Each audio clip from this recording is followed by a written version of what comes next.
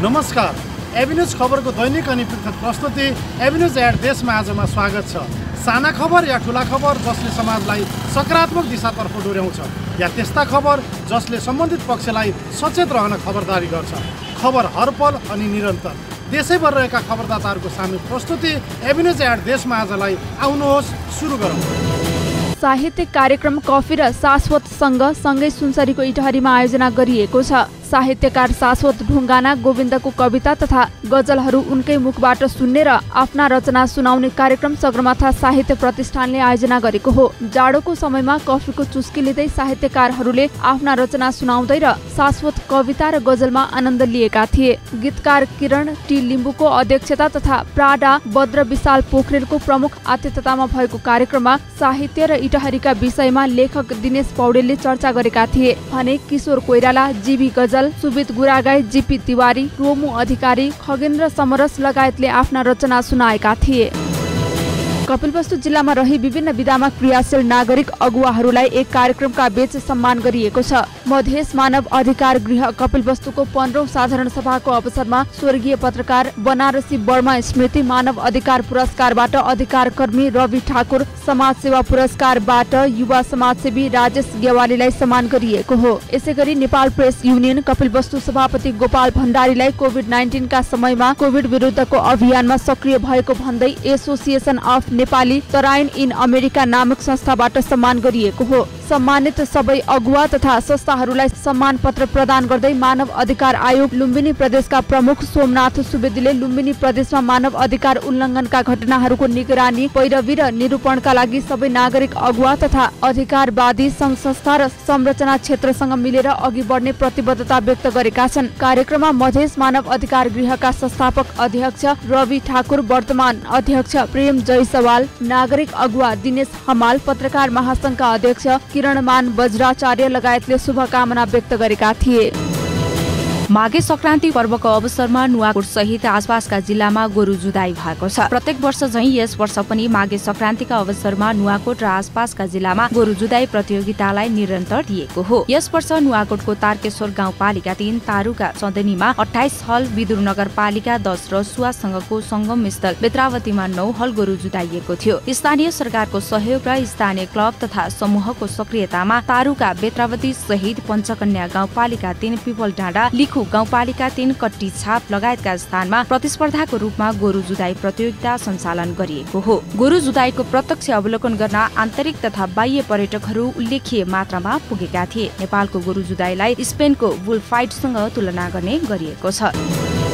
पर्वतको फलेवास नगरपालिका 3 शंकर पोखरीमा शहीद हरिदत्त तिवारीको स्मृति दिवसमा खुल्ला भजन प्रतियोगिता सम्पन्न भएको छ। शहीद हरिदत्त तिवारी स्मृति प्रतिष्ठानले आयोजना गरेको भजन प्रतियोगितामा 15 टोली सहभागी भएका हुन्। प्रतियोगितामा रामतोला भजन समूह बागलुङ प्रथम, नगर समिति भजन समूह फलेवास द्वितीय र साइकलचोक भजन समूह कटुवा चौपारी तेस्रो भएको छ। प्रथम, द्वितीय र तृतीय हुने टोलीले क्रमशः 21,000, 15,000 र 10,000 रुपैयाँ पुरस्कार प्राप्त गरेका छन्। पर्वत, बागलुङ र स्याङ्जाबाट समेत भजन प्रतियोगितामा सहभागी भएको आयोजकले जनाएको छ। भजन प्रतियोगिता शहीद हरिदत्त तिवारीको जीवनीसँग सम्बन्धित रहेको थियो। भजन प्रतियोगिताले संस्कार संस्कृति जोगाउन समेत सघाउ पुगेको प्रतियोगित कलाकारहरूले जनाएका हुन्। कार्यक्रममा फलेवास नगरपालिकाका प्रमुख प्रशासकीय अधिकृत नेत्र पौडेल, शहीद पुत्र गिरिजा प्रसाद तिवारी, समाजसेवी झलक सुवेदी लगायतले बोल्नु भएको थियो। कार्यक्रम शहीद हरिदत्त तिवारी स्मृति प्रतिष्ठानका अध्यक्ष अर्जुन बहादुर कार्कीको अध्यक्षतामा भएको थियो भने सञ्चालन सचिव नरबहादुर थापाले गरेका थिए। रामेछापको उमाकुण्ड गाउँपालिकाले सो गाउँपालिकामा रहेको ताबे डाँडालाई आकर्षक गन्तव्यको स्थल बनाउने गरी काम सुरु गरेको छ। सो स्थानलाई धार्मिक, पुरातात्विक, आकर्षक दृश्यावलोकनको रूपमा विकास गर्न लागि गाउँपालिका अध्यक्ष शेरबहादुर सुनवारले बताए। उमाकुण्ड र गोकुलगङ्गा गाउँपालिकाको सिमानामा रहेको सो स्थानसम्म पुग्ने पदमार्ग, मन्दिर, चोरतेन लगायतका पूर्वाधार निर्माणको काम भइरहेको सुनवारले बताए। त्यस्तै बागमती प्रदेशको पूर्वाधार कार्यक्रम अन्तर्गत 50 लाख रुपैयाँको लागतमा पदमार्ग निर्माण भएको उनले जानकारी दिए। उमाकुण्ड गाउँपालिका र गोकुलगङ्गा गाउँपालिकाको साझेदारी कार्यक्रम अन्तर्गत सो स्थानमा गोकुलगङ्गा गाउँपालिकाले 1 करोड रुपैयाँको लागतमा मन्दिर निर्माण गरेको छ। रामेछापको मन्थलीबाट रसनालु ठोसे हुँदै ताबे पुग्न सकिन्छ। मन्थलीबाट ताबे 4 घण्टामा पुगिन्छ भने दोलखाको जिरी बजारबाट 2 घण्टामा पुग्न सकिन्छ। कर्णाली प्रदेशको सभामुखमा नेकपा एमालेकी नन्दा गुरुङ निर्वाचित भएकी छिन्। नन्दाको पक्षमा 24 र प्रतिस्पर्धी नेपाली कांग्रेसका उम्मेद्वार खड्गबहादुर पोखरेलले 14 मत पाएका हुन्। 40 सांसद रहेको कर्णाली प्रदेश सभामा 38 जना सांसद मतदानमा सहभागी भएका थिए। नन्दालाई नेकपा माओवादी केन्द्रका 13, नेकपा एमालेका 10, राष्ट्रिय प्रजातन्त्र पार्टीका 1 सांसदले मत दिएका हुन्। पोखरेललाई कांग्रेस बाहेक एकीकृत समाजवादीले पनि भोट दिएको हो। गुरुङ सुर्खेतबाट समानुपातिक सांसदमा निर्वाचित भएकी हुन्। कांग्रेसका पोखरेल सुर्खेत निर्वाचन क्षेत्र नम्बर 1 क बाट प्रदेश सभामा निर्वाचित भएका थिए। अर्घाखाँची सन्धिखर्कमा रहेको त्रिवेणी धाममा एक दिने कृषि तथा औद्योगिक प्रदर्शनी मेला सम्पन्न भएको छ। मेलामा स्थानीय स्तरमा उत्पादन गरेका डाला, सुपा, मादल, हँसिया, खुर्पा, हस्तकलाका सामग्री तथा स्थानीय किसानहरूले उत्पादन गरेका कृषि सामग्रीहरू राखिएको थियो। मेलामा कफी जोन अर्घाखाँचीले कफीको महत्व बुझाउन 1000 जना स्थानीयहरूलाई निशुल्क रूपमा अर्ग्यानिक कफी समेत खुवाएको थियो। अर्घाखाँचीको उद्योग वाणिज्य संघ, सन्धिखर्क नगरपालिका, घरेलु तथा साना उद्योग कार्यालय, प्रधानमन्त्री कृषि आधुनिकीकरण परियोजना कार्यान्वयन इकाइ, कृषि ज्ञान केन्द्र अर्घाखाँची लगायतको संयुक्त रूपमा आयोजनामा मेला सञ्चालन गरिएको थियो। मेला प्रदर्शनी तथा विविध सांस्कृतिक कार्यक्रम, राष्ट्रिय कलाकार विष्णु खत्रीले विभिन्न गीत गाएर दर्शकहरूलाई मनोरञ्जन दिएका थिए। कृषि ज्ञान केन्द्र अर्घाखाँचीले 6 वटा विधामा 23 जना कृषकलाई सम्मान समेत गरेको थियो। मेलाको प्रतिनिधि सभा सदस्य सुशीला श्रीपालीले उद्घाटन गर्नुभएको थियो। कार्यक्रम उद्योग वाणिज्य संघका अध्यक्ष प्रदीप मिश्रको अध्यक्षतामा सम्पन्न भएको थियो। राष्ट्रपति विद्यादेवी भण्डारीले मकर संक्रान्तिको अवसरमा प्रसिद्ध तीर्थस्थल बराह क्षेत्रमा पूजा अर्चना गरेकी छिन्। राष्ट्रपति भण्डारीले धार्मिक मान्यता अनुसार सप्तकोशी नदीमा पूजा अर्चना गरी बराह भगवानलाई जल अर्पण गरेकी हुन्। बराह भगवानको पूजा अर्चना पश्चात धरानको विजयपुर स्थित दन्तकाली शक्तिपीठ र पिण्डेश्वरी महादेव र बुढासुब्बा मन्दिरको दर्शन गरेकी थिइन्। मकर संक्रान्तिको अवसरमा बराह क्षेत्रमा वर्षनी धार्मिक मेला लाग्ने गरेको छ। मगर जातिको महान चाड सार लोत्सेको पूर्व सन्ध्यामा धरान 5 र 6 मा बसोबास गर्ने मगरहरूले हुर्रा नाच नाचेका छन्। मगर जातिका अगुवाहरूले यो नाचलाई संरक्षण गर्न पुस्ता हस्तान्तरणको प्रयास गर्दै आएका छन्। धरानमा पनि मगरहरूको उल्लेख्य बसोबास रहेको छ।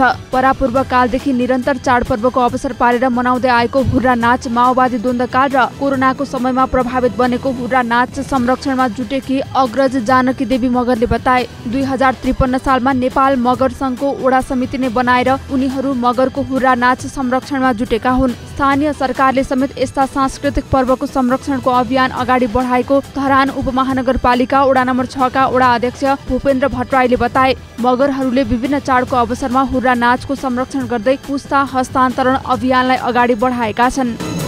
थारू समुदायले धुमधामका साथ मनाउने महान पर्व माघे संक्रान्तिका अवसरमा सुनसरीको दुहबीमा माघी सांस्कृतिक कार्यक्रम आयोजना गरी मनाइएको छ। थारू विद्यार्थी समाज सुनसरी मोरङको संयुक्त आयोजनामा नवनिर्वाचित संघीय तथा प्रदेश सभा सदस्यहरूलाई बधाई तथा सम्मान र प्रथम सांस्कृतिक कार्यक्रम आयोजना गरिएको हो। सांस्कृतिक कार्यक्रम दुहबी थारू समुदायले नयाँ अन्न बाली भूमिदेवलाई चढाएर खाने जातीय परम्परा अनुसार बाली थन्काएर जाडोको बिदाईको कामना गर्दै माघ 1 गतेका दिन नयाँ वर्ष माघी पर्व मनाउने गरेका छन्। परम्परादेखि नै माघ 1 गतेका दिन थारूहरूले आफूहरूले उत्पादन गरेका नयाँ बाली देवतालाई चढाई खाने तथा जाडोको समयमा उत्पादन हुने तिल, उखुको रसबाट बनाइने सखर आदिको प्रयोग गरी बनाइने लड्डु आदि खाने प्रचलन समेत रहेको छ। कार्यक्रममा संघीय संसद कल्पना चौधरी, अशोक चौधरी, प्रदेश संसद रोहित कार्की लगायतले माघेको अवसरमा शुभकामना मन्तव्य राखेका थिए। यस पर्वमा तिल र भुजाको लड्डुका साथै तरुल समेत खाने प्रचलन रहेको छ।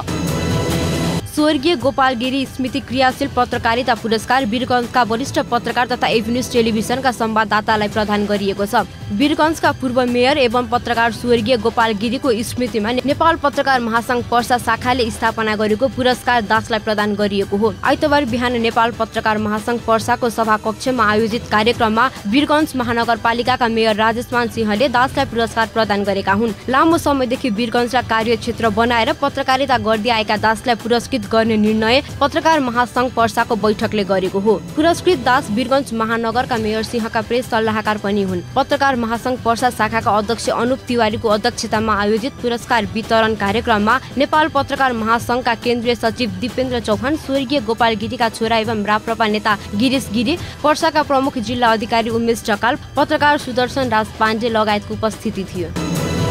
1 वर्षदेखि उडान स्थगित भएको इलामको फाल्गुनन्द सुकी लुम्बा विमानस्थलमा पुनः उडान सुचारू भएको छ। इलाम नगरपालिकाको पहलमा आजदेखि नेपाल एयरलाइन्सले सातामा 1 दिन आइतबार र काठमाडौँ इलाम र इलाम काठमाडौँ उडान भर्न सुरु गरेको हो। 19 सिट क्षमताको ट्विन अर्डर जहाजले भरेको पहिलो उडानमा पुगेका नेपाल वायु सेवा निगमका प्रमुख कार्यकारी अधिकृत युवराज अधिकारी सहितको टोलीलाई इलाम नगरपालिकाका प्रमुख केदार थापा सहित जनप्रतिनिधि र स्थानीयवासी र व्यवसायीहरूले फूलमाला सहित स्वागत गरेका थिए। सरकारी स्वामित्वको एयरलाइन्सले उडान सुरु गरेसँगै इलामको पर्यटन प्रबन्धनमा सहयोग पुग्ने विश्वास जनप्रतिनिधि र स्थानीयले गरेका छन्। अब हरेक आइतबार काठमाडौँको त्रिभुवन विमानस्थलबाट बिहान 7:30 बजे र इलामबाट बिहान 8 बजे काठमाडौँ उडान हुने नेपाल एयरलाइन्सका फाल्गुनन्द विमानस्थलका कर्मचारी दिनेश सुन्दासले जनाएका छन्। श्रीकृष्ण प्रणामी युवा परिषद नेपाल गण्डकी लुम्बिनी संयुक्त प्रदेश समितिको आयोजनामा 10 जना निमुखा अनाथ बालबालिकाहरूलाई न्यानो कपडा वितरण गरिएको छ। उक्त न्यानो कपडा वितरण कार्यक्रमका प्रमुख अतिथि श्रीकृष्ण प्रणामी युवा परिषद गण्डकी लुम्बिनी संयुक्त प्रदेश समितिका वरिष्ठ उपाध्यक्ष अञ्जनराज न्यौपानेले दूर दराजमा रहेका अति विपन्न वर्गका गरिब असहाय ज्येष्ठ नागरिक टुहुरा बाल मजदुर र सडक बालबालिकाहरूलाई यस वर्ष 11 लाख बढीको न्यानो कपडा वितरण गरेको बताए। गण्डकी प्रदेशको लमजुङ जिल्लाको बलथुम स्थित 21 जना बालबालिकाहरूलाई न्यानो कपडा वितरण तथा स्टेसनरी सामग्रीहरू हस्तान्तरण गरेको बताउँदै उनले तनहु जिल्लाको भानु नगरपालिकामा 67 जना विद्यार्थीहरूलाई विद्यालय पोसाक र स्टेसनरी सामग्री वितरण गरेको बताए। त्यसैगरी परिषदले तनहु परिसर गुरुकुल आश्रम, व्यास गुरुकुल आश्रम तथा महर्षि संस्कृत गुरुकुल आश्रमका कुल 35 जना बटुकहरूलाई ज्याकेट वितरण गरेको कार्यक्रममा जानकारी गराइएको हो।